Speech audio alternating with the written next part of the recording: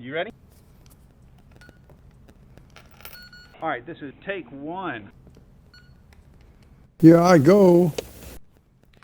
All right, it's July the 26th. It's the year 2001. We're here at the, I believe it's the Westmead Golf Range in Nashville. And I'm Kerry Parker, and I'm here with Ward Akers. A lot of us would know him as Ward Akers Jr. And he's going to tell some stories about his camp experiences and about Mr. Akers. One Sunday, Daddy said,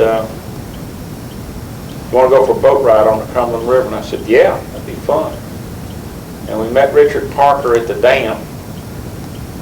Oh, well, it really wasn't the dam at that time, it was a lock. And put in at the boat dock there, the Cumberland River. And Daddy had a bunch of maps in his hand, a bunch of rolled up maps. We went up the river, maybe 2 hours. And then, I think it was Spencer Creek. Spencer Creek is right there. Spencer Creek. Pulled into Spencer Creek, and it was just a damn little old, what, 15, 20 feet? No, maybe it was a little bit bigger. It was a creek then, yeah, right? A creek. And we went up Spencer Creek a little ways, maybe 200 or 300 yards. Land was flat on the left-hand side, barren. I mean barren. It looked like it hadn't rained there in 10 years. Rock everywhere. No grass, no trees, no nothing. Terrible looking. And Richard pulled that boat. He had an aluminum boat with a Mercury engine. Back then the Mercury engine shut off when you pulled it into neutral. When you pushed it forward and turned on, it was red. Never forget it. Fast. And he eased it up on the bank. We got out and Daddy laid down the maps on the ground. And then he rolled them back up. We walked up about, I don't know, toward this white farmhouse. There was a big barn there, big old gray barn, about to fall down. Went up about another,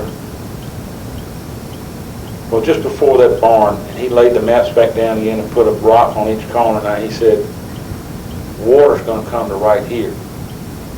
And I said, what are you talking about?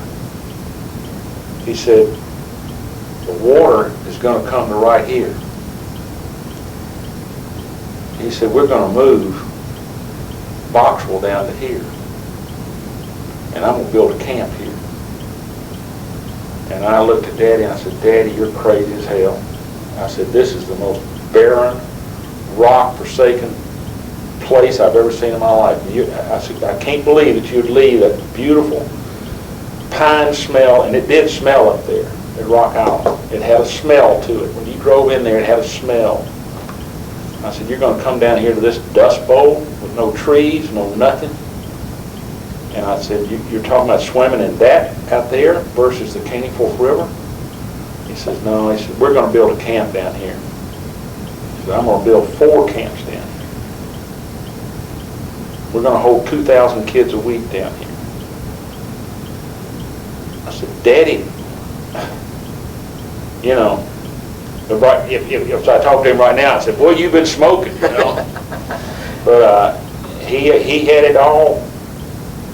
He had it all on that paper. We spent all day long walking all over that property. And he said, now here's the water line here. And I said, how do you know this? He said, somebody told me that there was going to be a dam built. Old Hickory Dam. Colonel, at that time, his name was Colonel John Dorland or Richard Dorland, I don't know. And I don't know if he's still alive or not. But he had told Daddy that there was going to be a dam built, and that this property right here would probably be easily gotten hold of. And that I don't know whether the Corps was going to get hold of it or whether it was going to be abandoned or what. I can't remember now exactly what the situation was or whether they could buy it at a premium right then.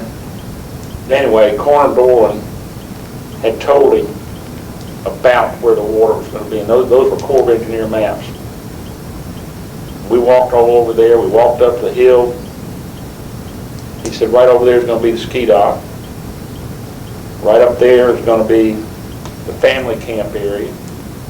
Right over there is Stallman, because E.B. Stallman was a real good friend of his at that time, and they were going to name one of the camps after him.